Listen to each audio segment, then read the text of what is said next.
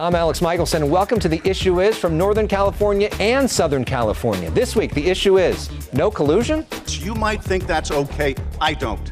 Congressman Adam Schiff furious after Republicans, including the president, call on him to resign. He's standing by to talk with us. Then, a debate between Ann Coulter and Stephanie Miller on impeachment, the border, and more. Plus, if I had not come as the CEO of the campaign, Trump would not have won. She followed Steve Bannon around for more than a year. So what's he really like behind the scenes? We talked to the woman behind The Brink. The Issue Is starts right now.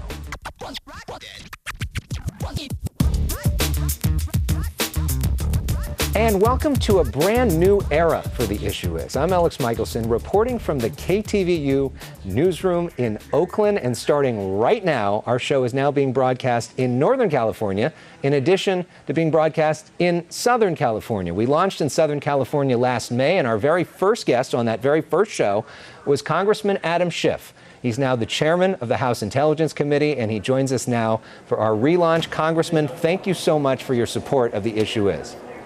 My pleasure. Great to be on your show. All right, what a week for you in terms of the news. We have the big news coming out of the House Intelligence Committee is your colleagues, your Republican colleagues, calling for you to resign at a hearing, and several of them signing a letter asking for you to resign after we got a portion of the Mueller report from Attorney General Bill Barr.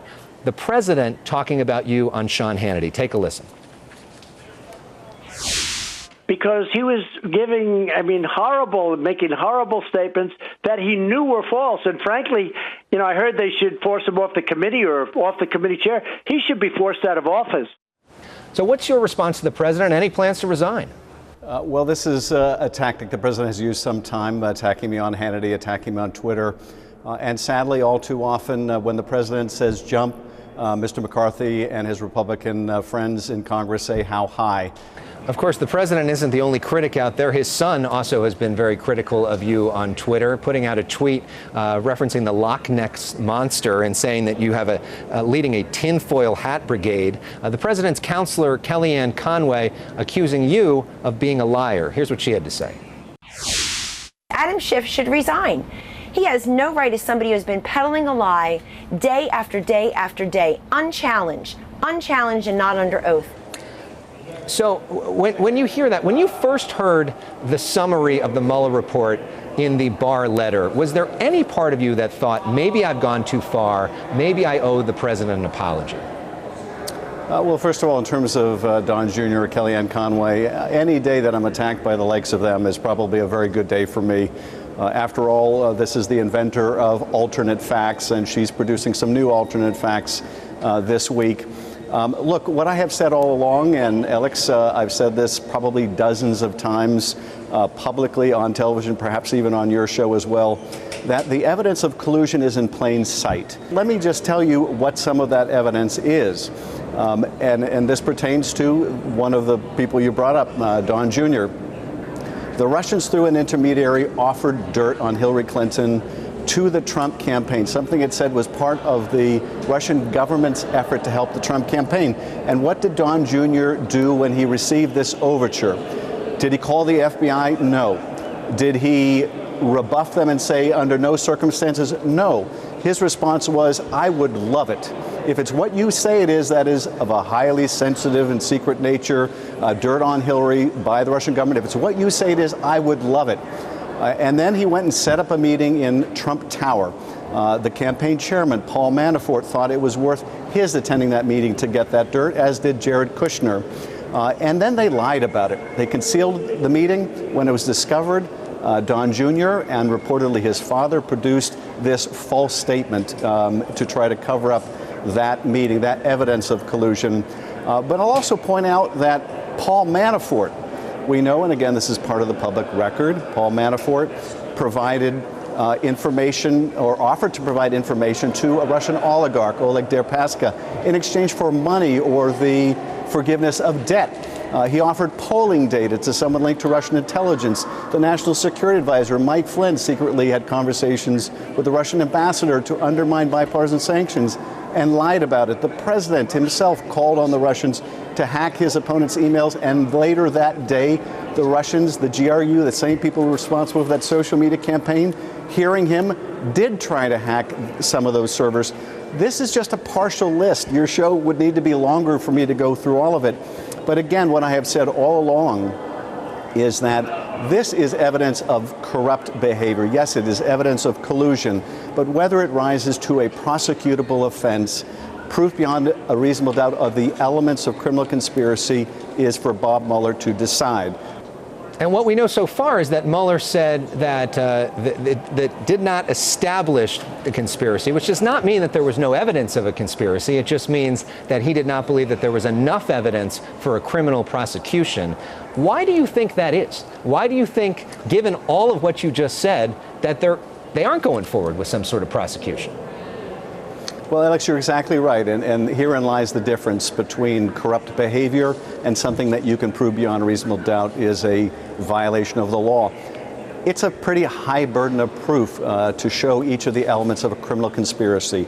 Not even Don Jr. is likely to sign his name to a written contract saying, I hereby accept the help of the Russian government, and here's how I'm going to coordinate. You generally need, frankly, recordings of participants in a conspiracy or some other very demonstrable proof of that nature. Now, those communications, those written emails, are direct evidence, but nonetheless, it is a high bar. So you mentioned what your past statements, including some of your past statements on this show. We want to go back to May 4th, which was our first show when we talked to you and asked you what you would do as chairman of the House Intelligence Committee. Here's what you said. Well, the first thing that we would do is we would release all the transcripts of the interviews that we've done so far. The Republicans committed to doing this, but I knew that they wouldn't fall through because those transcripts both reveal evidence of collusion and obstruction of justice, but they also reveal the degree to which Republican colleagues on the Intelligence Committee were never serious about the investigation, ignored plain evidence of collusion, wouldn't allow us to bring in key witnesses. So what's next for this investigation? Are you going to release transcripts that show direct evidence of collusion, and when is that going to happen? We are, Elex, and we have continually pressed the intelligence community, which is in the process of reviewing those transcripts for any classified information, to give us the green light to redact anything that's classified, to allow us to make the public release. And they have continued to push back and say they're not done, they need more time. We're going to continue to ride them until we get that done. We have sought to have them prioritize and accelerate certain transcripts so we don't have to wait for all of them to be done. They have resisted that effort, but we will be releasing all the transcripts. All of those are going to come out in time when they're finished. And I think you will see when you read those transcripts just how fundamentally unserious my GOP colleagues were about the investigation. For people that are just getting to watch our show for the first time in Northern California, we like to have a little bit of fun and get to know people as well. So, Congressman, I know it's been a crazy week for you, but we're going to hopefully smile for a moment. We have a new game called Either Or. This is where you get an opportunity to pick either this or that. So and this has a Northern California theme this week. So here we go. You ready? The first question is Golden Gate Bridge or 405 freeway in rush hour? Oh, jeez. Oh, God. I think I'd rather walk, but I guess not knowing the bridge, I'll pick the bridge because I know the 405 is a disaster. Yeah, well, everybody loves the Golden Gate Bridge. Willie Mays or Sandy Koufax? Well, I got to meet Sandy Koufax. I'm going to have to go with Sandy Koufax. Okay. Ghirardelli or See's Candy? Oh, that was easy. Ghirardelli. There you go. There's some love from NorCal there. Napa or French wine? Oh, please. They're getting easier all the time. Definitely Napa. 49ers or Raiders? Oh, well, that is also easy for me. Oakland Raiders. Wherever they end up, I'm an Oakland Raider fan. Win or lose, and it's been mostly lose, but I'm very optimistic about the coming season. Yeah, well, soon to be the Las Vegas Raiders. And then Frank Sinatra or Tony Bennett? Oh, well, I'm quite a diehard Sinatra fan, so I'm going to go with Frank Sinatra. Well, you know, he's also sung I Left My Heart in San Francisco. Most people think of it as Tony Bennett, but there's a great version from Sinatra, which we're listening to now. So we will say thank you, Congressman, with that. And your play-out song today is Old Blue Eyes. Excellent. Congressman Adam Schiff, thank you so much. Well, up next, I don't know if I'm ready for this. Ann Coulter and Stephanie Miller on together at the same time. It's a debate. We don't know what's about to happen, but we're excited to see what does. More of the issue is right after this. From Southern California to the Bay Area, you're watching The Issue Is. And welcome back. Now we are in Los Angeles. And are you ready for this? I don't know if I am. Here we go. Our show brings together some pretty unusual combinations of people, and this week is no exception. Welcome to our panel this week. Thank you. Ann Coulter is, of course, one of the best-known conservative commentators in the world. Her latest book, Resistance is Futile, How the Trump-Hating Left Lost Its Collective Mind, is her 13th New York Times bestseller. Congratulations on that. Stephanie Miller, one of the best-known progressive pundits on the planet. The Stephanie Miller Show airs on Sirius XM and on Real Talk 9:10 a.m. in our new home of the San Francisco Bay Area. Welcome to you both. Good to have you here. It's delightful. Thank you. Already. So we just heard from Congressman Schiff, of course, one of the big stories of this week, the Mueller report. Your thoughts after seeing what we saw of the report so far and hearing from the Congressman?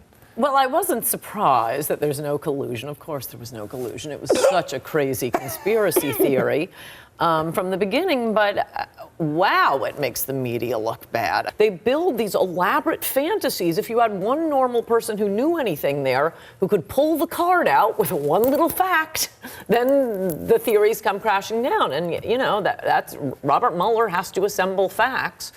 He certainly put together a group of prosecutors who detest Donald Trump. If they had been able to find something, I think they would have. Just the title of her book already me off, and then you had to talk.